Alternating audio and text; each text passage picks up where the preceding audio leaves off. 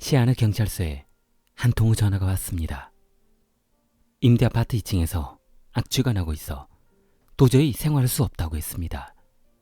경찰이 현장에 도착했을 때 충격적인 시신의 모습을 보고 경악을 금치 못했습니다. 1999년 8월 14일 신고를 받고 출동한 경찰은 악취가 나는 현관문을 열려고 했으나 이중 잠금 장치로 문을 열 수가 없었습니다. 경찰은 어렵게 현관문을 열었습니다. 문을 열자마자 문틈 사이로 흘러나오는 악취로 숨을 쉴 수가 없었고 눈도 따끔거릴 정도로 공기가 탁했습니다. 경찰이 집 안으로 들어갔을 때 침대 위에 시체 한 구가 있었습니다. 벌거벗은 여인이 누워 있었고 여인의 몸은 검게 변해 있었습니다. 경찰은 조사하던 중 특이한 점을 발견했습니다. 창문은 닫혀 있었고 집 문도 안쪽에서 이중 잠금 장치로 잠겨 있어 외부 침투 흔적은 없어 보였습니다. 그러나 이상한 점은 한두 가지가 아니었습니다. 여성이 관계를 한 것이었습니다. 여성에는 남성의 체액이 남아 있었고 쓰레기통에는 남성의 체액을 대충 닦은 듯한 화장지들이 널브러져 있었습니다. 더더욱 이상한 것은 이 여성은 장신구, 귀금속이 모조리 없어졌다는 것입니다. 이 여인, 장링의 금품이 모두 없어졌습니다. 연인 관계였다면 굳이 남자친구가 관계 후 살해하고 금품까지 가져갔을까라는 의문이 들었습니다. 경찰관들은 이 조그만 임대아파트에 들어와 있는 전자제품을 보고 놀랐습니다. 최고급 냉장고며 TV들, 각종 전자제품이 가득했기 때문입니다. 화장품도 해외 유명 브랜드만 사용했고 구두며 핸드백 모두 명품이었습니다. 경찰은 이 여성의 인적사항을 조사한 결과 특이한 점을 발견했습니다. 이름은 장링, 나이는 29살, 다양한 직업을 가지고 있었습니다. 회사 비서, 클럽 댄서, 영업사원 등 다양했습니다. 그리고 장린은 몇 년 전 남편과 이혼했습니다. 남편의 경제 형편이 아주 안 좋았던 것이 가장 큰 영향이었습니다. 남편의 직업은 오케스트라, 바이올린 연주자였으나 공연에 참여한 횟수가 줄어들다 보니 부인에게 생활비를 주지 못하고 어렵게 생활했던 것입니다. 경찰은 용의자로 전 남편을 올려놓고 남편을 찾아갔습니다. 경찰들의 생각과는 다르게 남편은 먹고 살기 위해 식당에서 아르바이트를 하고 있었습니다. 사건 당일에도 이곳에서 일하고 있던 것이 입증되어 전 남편은 용의선상에서 제외시켰습니다. 과학수사대로부터 연락이 왔습니다. 그녀의 집에서 조사한 지문을 검사한 결과 유리컵과 재떨이, 침대 손잡이, 라이터 등에서 28명의 남성 지문이 나왔습니다. 침대 주위의 머리카락과 화장실, 방바닥 등에서 발견된 유전자도 수십 명에 달했습니다. 경찰은 장링의 직업이 의심스러웠습니다. 어떻게 이렇게 많은 남성의 지문과 유전자가 나올 수 있는지 의문이 들었습니다. 경찰은 조사 끝에 장링이 자주 드나들었던 술집, 나이트클럽, 식당 등을 조사하기 시작했습니다. 그때 과학수사대로부터 연락이 왔습니다. 남성 체액을 조사한 결과 용의자는 O형인 것으로 밝혀졌습니다. 경찰은 발빠르게 움직였습니다. 그녀가 주로 다녔던 곳에서 밀접촉자 89명을 수사선상에 올려놨습니다. 용의자가 이렇게 많았던 이유는 장링이 생계형 매춘 행위를 했었기 때문입니다. 그래서 경찰은 그녀의 집에 있던 고가의 전자제품을 보고 혹시나 사치 생활로 인한 고리대금업자의 범행인가 하는 생각도 해봤으나 사실은 그렇지 않았습니다.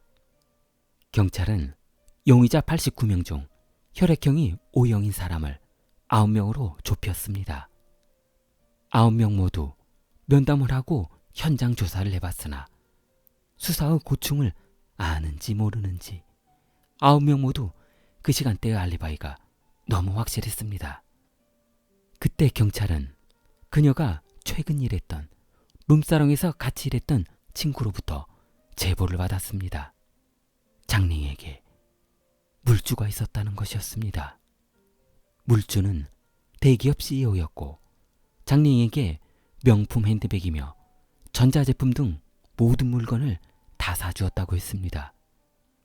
충격적인 것은 그 당시 웬만한 부자들도 들고 다니기 힘들다는 핸드폰도 장닝에게 선물했다는 것입니다.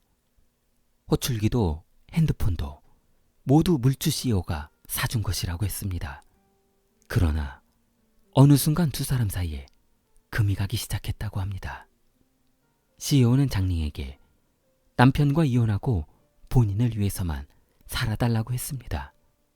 그러나 그녀는 미적미적하고 결정을 내리지 않고 있다가 남편과 이혼하지 않을 거라고 했다는 것입니다. 그러자 이 말을 들은 물주는 슬슬 화가 났습니다.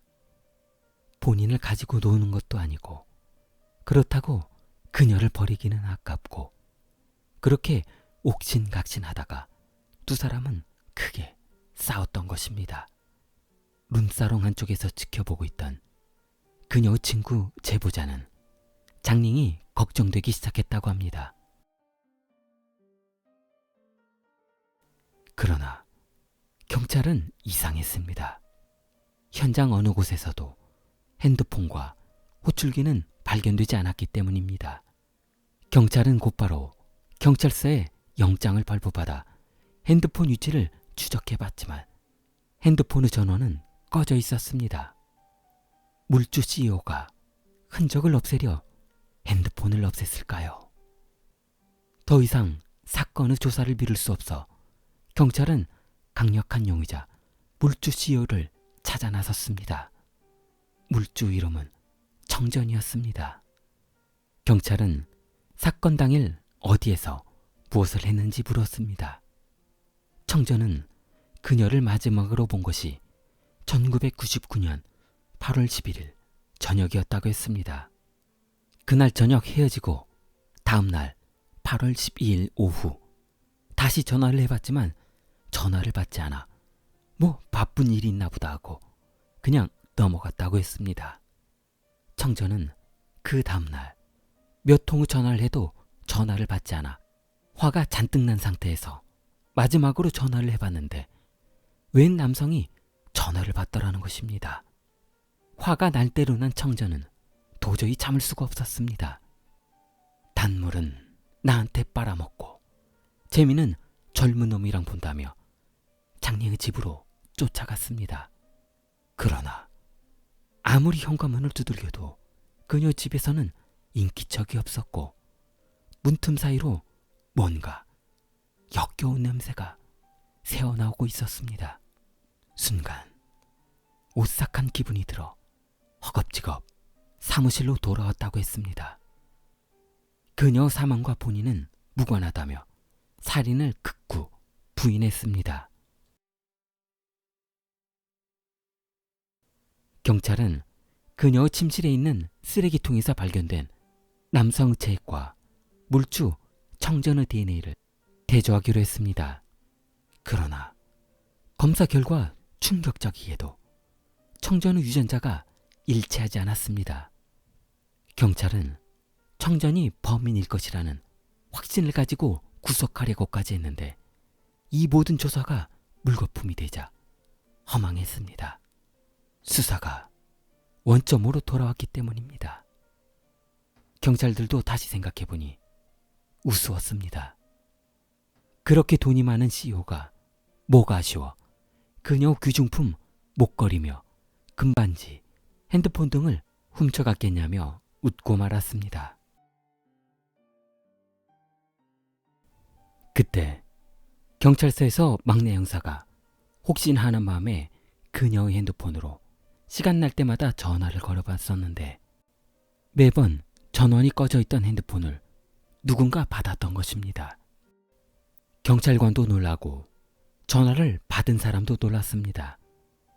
경찰은 거기가 어디냐고 물었고 그쪽에서도 거기가 어디냐며 서로 묘한 분위기가 연출되었습니다. 경찰이 신분을 밝히자 전화 착신지는 만두가게였습니다. 경찰은 아무리 생각해봐도 만두가게는 그동안 그림 그려놨던 사건 파일에서는 나올 수 없는 장소였습니다. 착신지에 도착한 경찰은 전화를 받은 사람을 불렀습니다. 이 전화기가 당신 겁니까? 만두가게 직원은 황당해하며 본인 것이 아니라고 했습니다. 요 며칠 전부터 만두가게 한쪽 구석에 말로만 듣던 고가의 핸드폰이 처박혀 있었는데 소리도 안 나고 너무 조용해서 어떻게 쓰는 건가 하고 전원을 켜본 것이라고 했습니다. 전원을 켜자마자 전화가 와서 받아보니 너무 신기해서 다른 직원한테도 자랑했다고 했습니다. 경찰은 그럼 이 핸드폰을 가져온 사람은 누구냐고 물었습니다. 그러자 직원은 이 핸드폰을 가져온 사람은 얼마 전 그만둔 마오라는 직원이었다고 했습니다. 경찰은 마오 숙소로 찾아갔습니다. 마오 숙소는 잠겨 있었고 경찰이 문을 열고 들어가자 마오 방 안에는 장리는 물건으로 보이는 호출기와 귀금속들이 있었습니다. 경찰은 수배를 내려 마오를 구속했고 조사 과정에서 충격적인 그 범행을 진술받을 수 있었습니다. 20대 총각인 마오는 오늘 또 혼자 비디오방에서 야한 비디오를 보고 돌아오는 길에 길거리 포장마차에서 술을 한잔 했습니다. 그런데 마오는 생각났습니다. 마오가 늦은 밤까지 만두가게에서 만두를 팔고 있을 때 장링이 술에 잔뜩 취해 매번 다른 남자들과 집으로 들어가는 것을 지켜봤던 것입니다. 평소에 얼굴도 이쁘고 날씬해서 그녀에게 호감이 있었던 터라 언제 한번 기회가 되면 그녀에게 고백을 할까 고민하고 있었습니다. 그런데 그녀는 마오가 생각하고 있던 그런 여성이 아니었던 것입니다. 돈 많은 놈들, 나이를 많이 먹었든 적게 먹었든 그런 건 중요하지 않았던 것 같았습니다. 오로지 돈 많은 놈들만 좋아하고 마오 본인에게는 눈길 한번 주지 않았던 장링이 어느 순간 싫어졌던 것입니다. 공교롭게 혼자 비디오방에서 나오던 날 그녀 집 앞을 지나던 마오는 술 기운이 약간 올라오자 감정이 폭발했습니다. 그녀 방에 불이 켜지자 그녀가 돌아왔다는 것을 확신하게 되었고 1층 베란다를 올라타고 그녀가 살고 있는 2층 베란다로 몰래 들어간 것입니다. 그녀가 잠깐 환기를 위해 창문을 열어둔 사이에 마오는 그 틈으로 침입하게 된 것입니다. 마오는 그녀를 침대에 쓰러뜨리고 그동안 맺혔던 감정을 해소하고 있었습니다. 그때 옆집에서 벽을 두들기며 도저히 시끄러워서 잠을 못 자겠다며 그 짓거리를 그렇게 시끄럽게 해야겠냐며 소리 질렀습니다.